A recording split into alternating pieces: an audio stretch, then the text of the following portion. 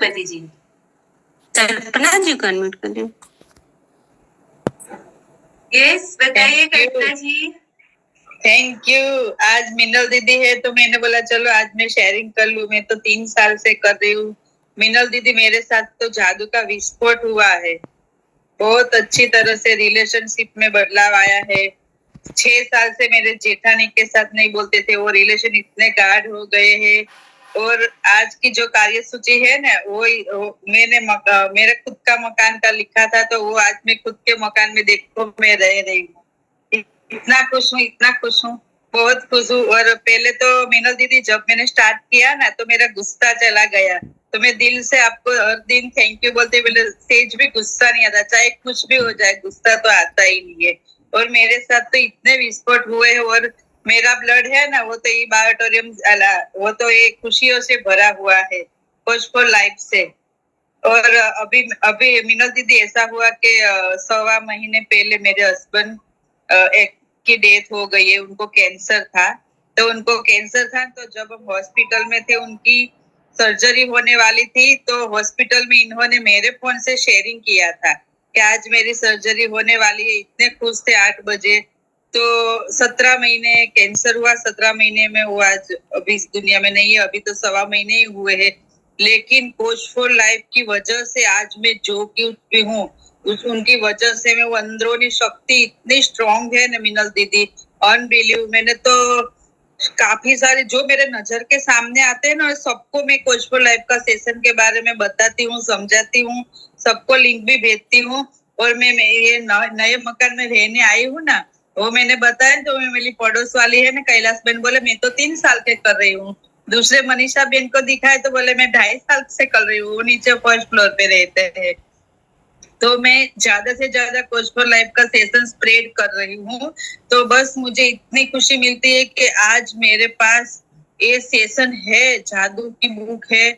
तो मैं आज ए पोजीशन में इतनी स्ट्रॉन्ग हूँ, अंदरूनी शक्ति है। अगर जो नहीं होता ना, अगर मेरी जगह दूसरी लेडीज होती ना तो आज ये नहीं सहन कर नहीं सकते। तो इतनी स्ट्रॉन्ग हूँ। और मेरा हस्बैंड जहाँ भी है वो इतने खुश है। उनकी वो सदगति हो गई है, वो जीव है ना उसका मोक्ष हो गया है। मैं हर दिन वही बोलती हूँ और मेरे पूरे परिवार वही बोलते हैं मैम के वो मेरा भांजा है ना कनाडा में, वो बोलते हैं मामा का मोक्ष हो गया है, उनका जी बहुत अच्छा था। लेकिन हम दोनों को वो CFL इतने ब्लड में उतर गया था। मेरे बॉडी में CFL कोच फॉर लाइफ का ब्लड है। और हर दिन में 100 से ज्यादा बार मैं बोलती हूँ मैम। धन के एरिया में भी इतना कुछ हुआ है, स्वास्थ्य के एरिया में, रिलेशनशिप में, सब सब सब जगह कोच फॉर लाइफ का देखो मैंने इतना मिला है, पूरा पेज भर दिया है। कोच फॉर लाइफ से क्या मिला है वो पूरा पेज भर दिया है मैम। और मैं बहुत धन्यवाद है कल्पना जी। आप क्या प्रैक्टिस करते हो वो बताइए। अपने जीवन में इतना कुछ पाया है, इतनी अंदरूनी शक्ति को पाया है, इतना कुछ जीवन में चढ़ा उतार आए, आपके हस्बैंड की हेल्थ में इतनी तकलीफ आई, आपने आपकी जेठानी के साथ के रिलेशन को इतना मजबूत बनाया। प्रैक्टिस क्या की वो बताइए। प्रैक्टिस हर मोमेंट, हर कदम पे ग्रेटिट्यूड ग्रेटिट्यूड ग्रेटिट्यूड। मेरे हाथ में जो चीज आती है उसमें ग्रेटिट्यूड ग्रेटिट्यूड। हर कदम पे घर से बाहर निकलती हूँ तो लिफ्ट को ग्रेटिट्यूड करती हूँ, लिफ्ट बनाने वाले को ग्रेटिट्यूड करती हूँ। क्योंकि लिफ्ट बनाने वाले इंजीनियर ने पहले सोचा तो अभी लिफ्ट बनी ना। इतने डेप्थ लेवल पे जाके करती हूँ। और मैं हॉस्पिटल में होती हूँ, मैं एक्टिवा चलाती हूँ ना तो भी ग्रेटिट्यूड, एक्टिवा के लिए ग्रेटिट्यूड, एक्सीलेटर देने वाले को ग्रेटिट्यूड, पेट्रोल बनाने वाले को ग्रेटिट्यूड, पेट्रोल भरने वाले को ग्रेटिट्यूड। मैं घर से निकलती हूँ जहाँ पहुंचती हूँ तो ग्रेटिट्यूड ग्रेटिट्यूड ग्रेटिट्यूड।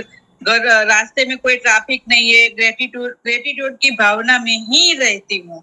मैं एक एक भी मिनट में नेगेटिविटी तो आती ही नहीं है, बस पॉजिटिविटी पॉजिटिविटी पॉजिटिविटी।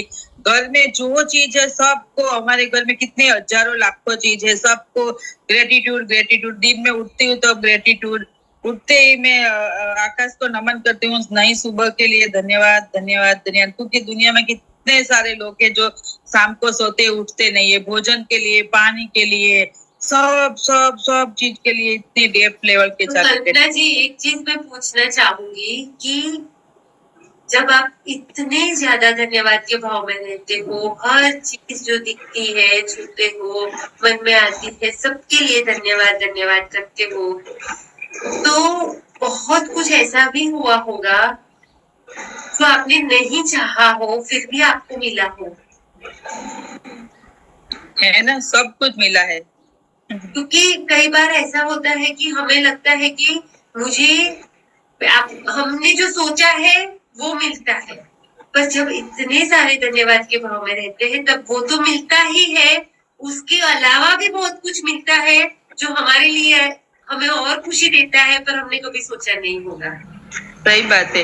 वो मेरी लड़की कनाडा है ना, तो उसकी फाइल रखनी थी ना, तो मैंने ग्रेटिट्यूड की आपका चांस मिल जाएगा, तो वो भी मैंने लिखा था डेट के साथ कि ये दिन में मेरी लड़की का वीजा आ गया है। तो बोले ऐसा नहीं होता, ऐसा नहीं होता। मैं जो कुछ लिखती हूँ मैं दीवार पे चिपकाती हूँ, सब एक्सरसाइज करती हूँ। तो मेरी लड़की ने क्या बोला कि बोले आप तो बोलती थी ना 30 तारीख को हो जाएगा, 30 तारीख को हो जाएगा। तो 30 तारीख को सुबह में मैंने वो लिख के दीवार पे चिपकाया था ना, तो इन्होंने सुबह में वो कागज निकाल के फाड़ दिया ना।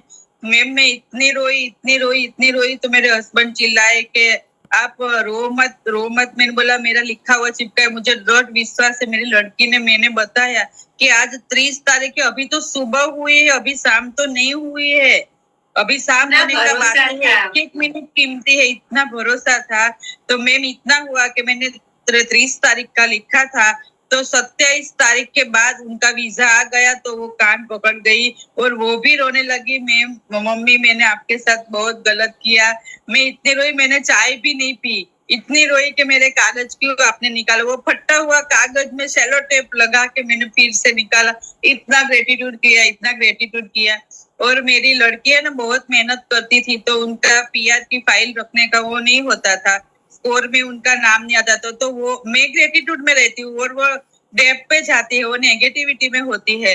तो मैं यहाँ से इतने वाइब्रेशन भेजती थी ना, फिर इन्होंने जो भी कुछ होता है तो पहला कॉल मुझे आता है, मम्मी मेरे पीआर का हो गया, मेरा स्कोर आ गया।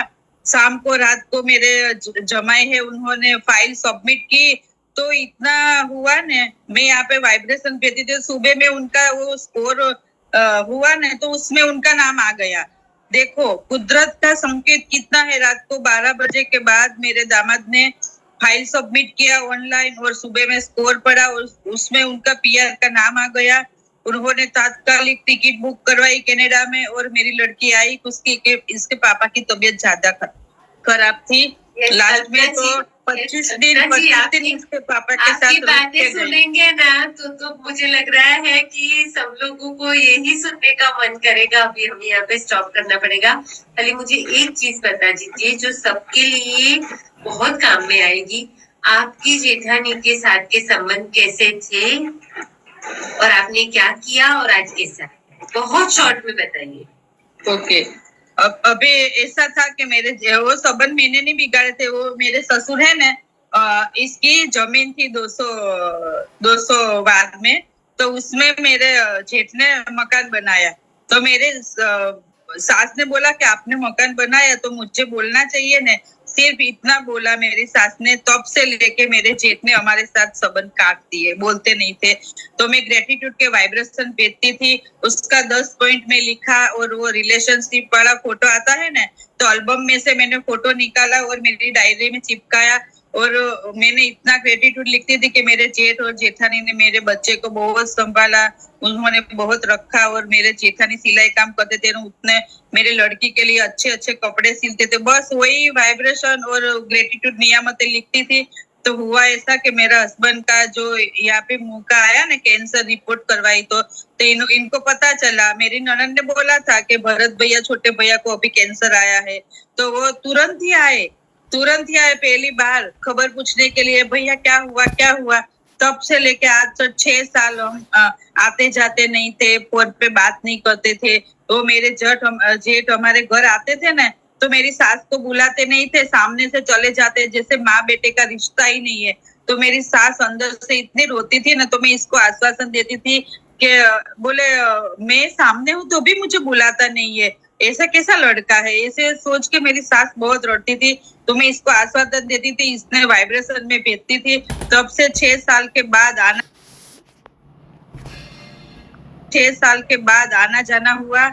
और अभी ये नए मकान में हम आए ना, तो पहला फोन मेरे जेठानी को किया मैम के भाभी मेरे घर रहने के लिए आए नए मकान में। तो वो कपड़े लेके 4 दिन आके रुक के गई।